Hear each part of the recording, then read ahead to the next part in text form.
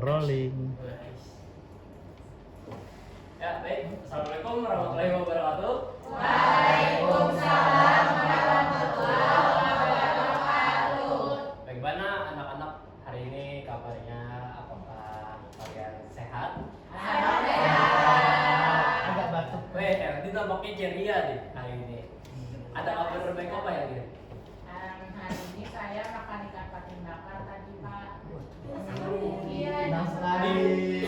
Di kedai patin bakar atau Bukan patin bakar biasa ya? di itu Ali bin Abi Thalib. Oh, ya, tahu. Kalau tidak salah ingat. Ya, hari ini ada yang tahu nggak kita bakal belajar apa? Oke deh. Ya, jadi kita hari ini akan belajar tentang teks ceramah. Sebelum kita mulai pembelajaran pada hari ini, lebih baiknya kita berdoa terlebih dahulu. Semoga pembelajaran kita pada hari ini ada manfaat dan pemahaman yang bisa dikembangkan di masa ke depan. Untuk semuanya silakan dipimpin satu orang untuk berdoa. Baik, baik, Pak. Baik, teman-teman, sebelum kita memulai pembelajaran pada hari ini, kita berdoa dulu kepada Tuhan agar ilmu yang kita dapatkan hari ini menjadi berkah. Berdoa dimulai. Berdoa selesai.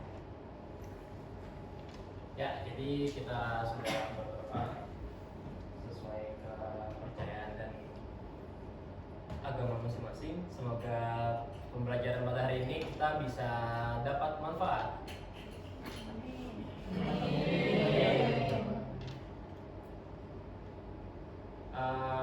Ada yang tahu gak sih apa itu teks ceramah? Ya tahu, Pak.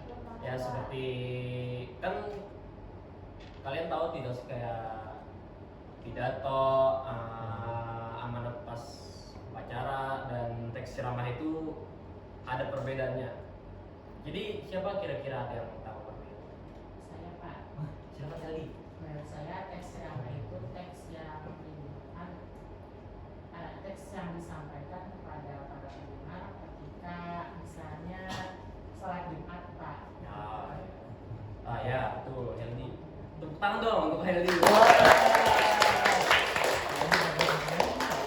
Ya, jadi betul Heldi, tadi teks ceramah itu lebih amanat yang mengandung penyampaian tentang keagamaan lah, untuk mengajak atau memberi jangan apa sih sebutannya itu? Nasihat, ya betul itu. Nasihat untuk pendengarnya. Nah, perbedaan antara ceramah, pidato dengan pas amanat upacara bendera itu lebih ke, kalau pidato kan menyampaikan atau mengajak halayak ramai untuk melakukan apa yang diserukan oleh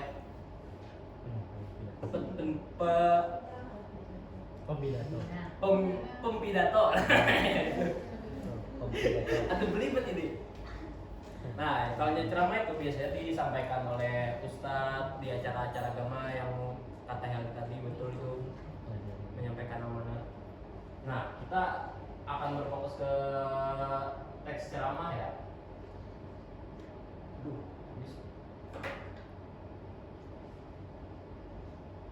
Jadi kita hari ini akan belajar tentang struktur bukan apa sih? Ya, teks ceramah yang terdiri dari kayak strukturnya, jenis-jenisnya, bagaimana cara membuat teks ceramah. Jadi kita hari ini akan belajar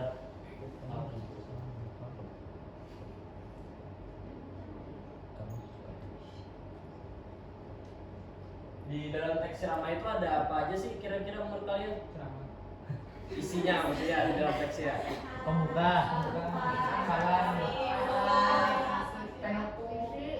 Betul semua itu. Betul. Jadi di dalam dalam teks ceramah itu ciri-cirinya itu ada ciri-cirinya itu sebagai penyampaian nasihat, terus ada lagi yang baru ciri-cirinya apa lagi Ciri-cirinya ya Pembuka. Isi. pembuka, isi dan penutup. oh kalau itu masuk ke struktur sih ya. Jadi di dalam teks ceramah itu ada strukturnya. Strukturnya itu ya berisi ya kata Helmi tadi, buka, isi, dan penutup. Nah di dalam teks ceramah kan pasti ada tujuannya ya, untuk menyampaikan apa seperti itu. Jadi tujuannya itu untuk apa kira-kira? Dan menurut saya tujuannya adalah untuk menyampaikan nasihat kepada para pendengar atau pembaca. Nasihat atau dia sudah ya? Ya, Mengajak juga bisa.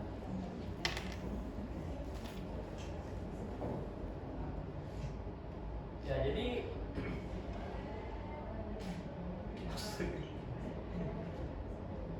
ada kalimat kalimat frase sih ini.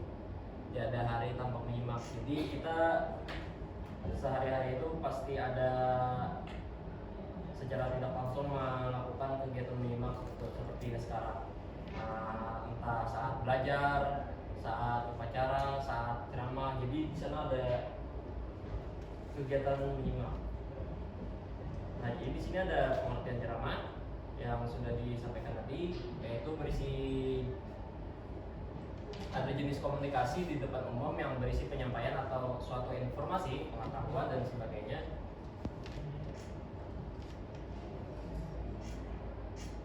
Penyampaiannya itu adalah orang-orang yang menguasai bidang tertentu dan pendengarnya bisa melibatkan banyak orang. Medianya bisa langsung ataupun secara komunikasi seperti televisi dan radio.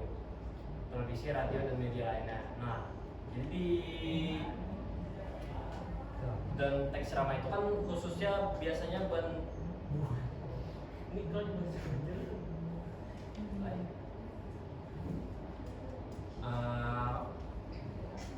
dalam teks ceramah itu kan biasanya yang menyampaikannya itu ustadz atau ustazah ya. Jadi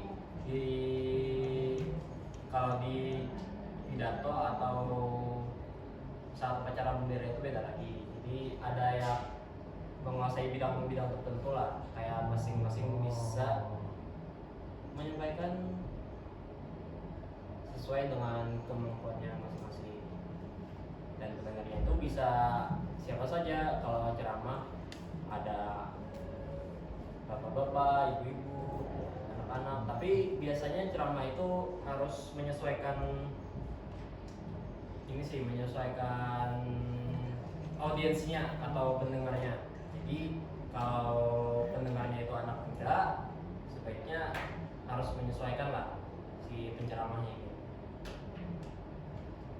Di ceramah itu kan biasanya bisa ditemukan di mana saja, seperti di YouTube, Instagram dan lain-lain.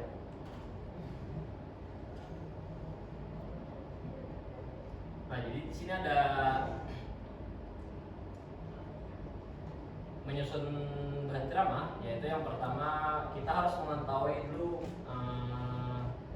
atau mengenali konteks, yang berarti mengenal peserta ceramah dan situasinya. Isu atau topik akan berbeda jika audiensinya berbeda pula. Nah, seperti yang Bapak jelaskan tadi, kita harus harus menyesuaikan audiensi yang ingin kita tuju seperti itu. Kalau bapak-bapak biasanya unsur-unsur politik, ya kan, masalah-masalah MPG atau apa. Yang kedua itu menentukan topik. Nah, penentuan isu drama tersebut sebaiknya mempertimbangkan yang pertama itu sesuai dengan latar belakang atau pengetahuan pendengar. Ya, kalau kita tahu latar belakang pendengar saat ceramah itu, misalkan kan kalau di kampung nih,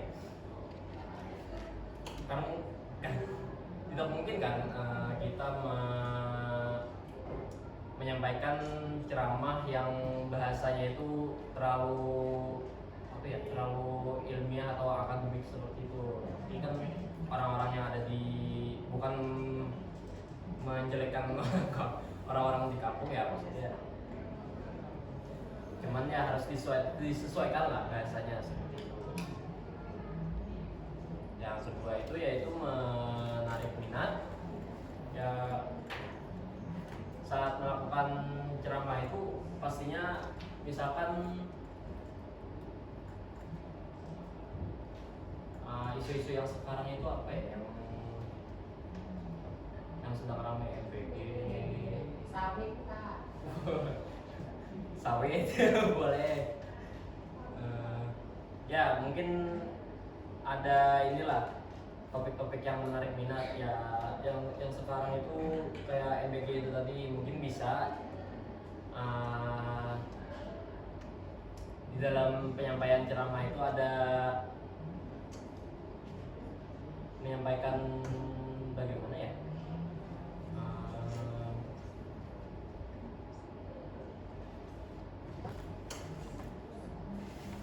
tapi tidak nyambung sih MBG dengan ceramah.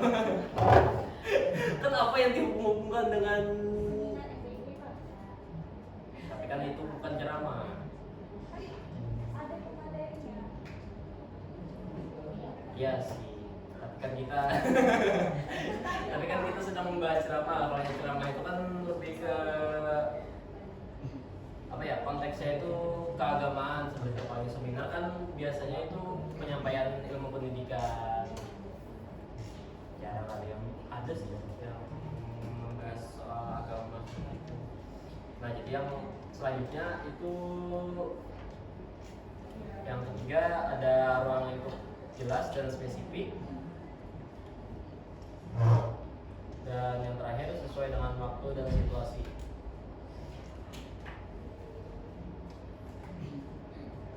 Yang ketiga itu ya ada menyusun kerangka ceramah yang yaitu menguat pokok-pokok materi yang akan diceramahkan. Kerangkanya akan memudahkan kita dalam menyusun ceramah.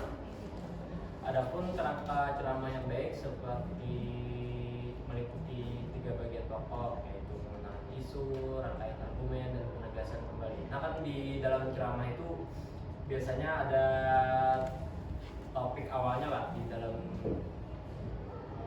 sebuah ceramah itu. Jadi untuk menulis sebuah teks ceramah itu harus ada topik yang ingin kita bahas terlebih dahulu, yaitu tadi pengenalan isu. Terus sesudah kita selesai membuat pengenalan isunya, selanjutnya membuat rangkaian argumen seperti itu. Dan yang terakhir ada penegasan kembali. Penegasan kembali itu seperti contohnya itu saat bulan puasa misalkan. Kan di pengenalan isunya itu membahas tentang puasa ya. Misalkan di saat sholat hari Jumat, di sana kan ada khutbah. Nah itu kan ceramah yang disampaikan oleh orang alim di setempat seperti itu. Nah jadi saat bulan puasa biasanya kan penceramah di sana akan membahas tentang puasa juga. Jadi saat puasa kan kita membuat argumen bagaimana sepatutnya kita beribadah dan berperilaku saat bulan puasa, bagaimana kita kembali ke jalan yang benar sebenarnya. Siapa tahu ada yang merasa tersesat saat menyampaikan kan itu menggunakan argumen, misalkan seperti ada hadis-hadis yang disampaikan. Dan yang terakhir itu ada penegasan kembali. Jadi saat sudah menyampaikan semua argumen yang disampaikan oleh penceramah, biasanya kan beliau itu menegaskan kembali seperti sebaiknya kita saat bulan puasa ini sepatutnya kita membersihkan diri. Itu kan penegasan kembali kan. Ya. Setelah itu ada bagian mengungkapkan maksud yang jelas, bagian B. Jadi di dalam ceramah itu harus jelas apa yang ingin kita sampaikan, jangan kemana-mana seperti itu. Pada selanjutnya setiap bagian dalam kerangka hanya mengandung satu gagasan. Nah, kalau saat bulan puasa nih kan, tadi kita kembali lagi nih. Kita kan fokusnya cuma membahas amal-amalan di bulan puasa nih. Jadi kalau sudah ada satu gagasan, sebaiknya jangan ditambah dengan gagasan lain lagi seperti itu. Misalkan lagi membahas bulan puasa, tiba-tiba membahas tentang zakat, kan terlalu banyak gagasan seperti itu. Yang terakhir ada bagian-bagian dalam kerangka karangan harus tersusun secara logis. Nah, jadi di dalam kerangka karangan itu kan tidak mungkin penutup terlebih dahulu di dalam ceramah itu. Jadi berurutan seperti ini tadi, ada buka, isi, dan terakhir penutup. Yang selanjutnya itu mengumpulkan dan memilih bahan. Pengumpulan bahan dapat dilakukan dari sumber-sumber seperti surat kabar atau buku yang berhubungan dengan materi yang akan dipidatokan atau teknik-teknik dan gaya berpidato. Kalau ini lebih ke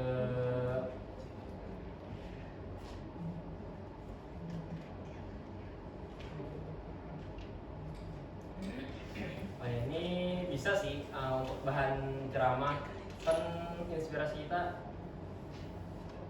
kita bisa di mana aja, bisa di surat kabar, buku, atau di media sosial yang sedang hangat diperbincangkan seperti itu. Nah, selanjutnya apa sih yang perlu diperhatikan dalam pemilihan materi untuk menyusun ceramah? Yang pertama yaitu pilih materi yang aktual atau yang sedang hangat diperbincangkan. Yang kedua, pisahkan materi pokok dengan materi penunjang, dan usahakan materi padat sehingga ceramah tidak terlalu lama dan membosankan. Yang selanjutnya yaitu menganalisis isi, struktur, dan kebahasaan ceramah. Kita kan sudah mempelajari ini.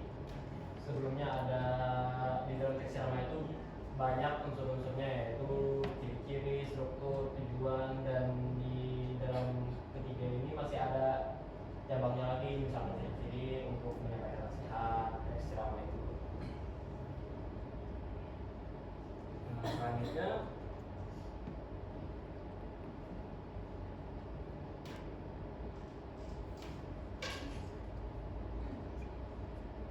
ini tadi ada penjelasan struktur teks ceramah.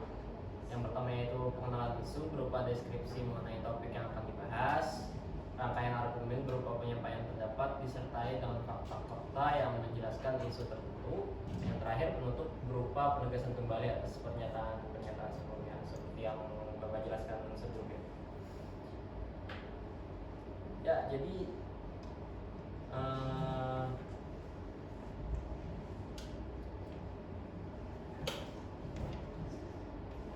kan kita sudah belajar nih bagaimana mengetahui struktur teks ceramah. Jadi mungkin kita bagi kelompok ya.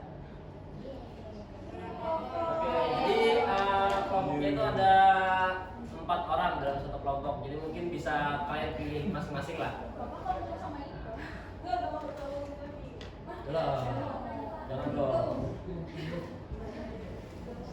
Yuk bikin kelompok yuk. Hitung Pak. Ya, oh ya, mungkin bisa berhitung dari yang paling tinggi. Tiga. Empat kayak kamu.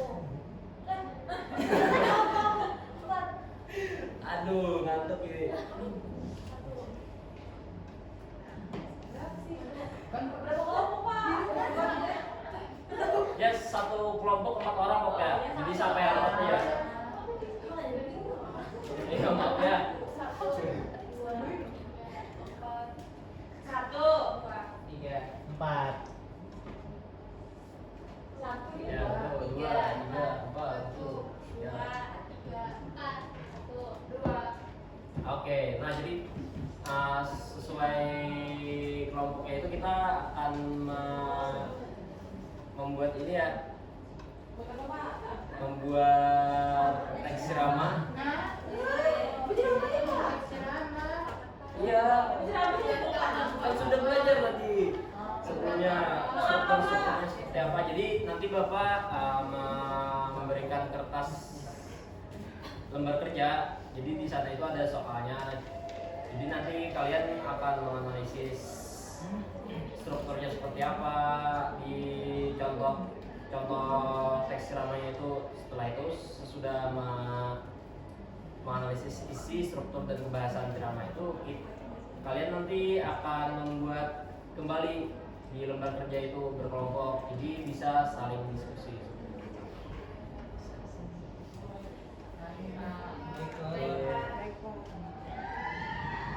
Ya mungkin itu aja ya untuk pembelajaran hari ini. Semoga kita bisa mendapatkan ilmu dari teks ceramah ini agar bisa kita manfaatkan di kehidupan sehari-hari. Amin. Ya, jadi sebelum kita mengakhiri pembelajaran pada hari ini, sebaiknya kita berdoa kembali kepada Tuhan Yang Maha Kuasa agar ilmu yang kita pelajari pada hari ini bisa dipahami, bisa diterapkan, bisa dieksekusi. Silakan Heli kalau ingin memimpin doa. Baik teman-teman, pembelajaran hari ini telah usai. Kita kembali berdoa kepada Tuhan supaya ilmu yang kita dapatkan hari ini menjadi berkah. Sudah dimulai. Sudah selesai. Ya silakan jika ingin ke kantin dulu kali.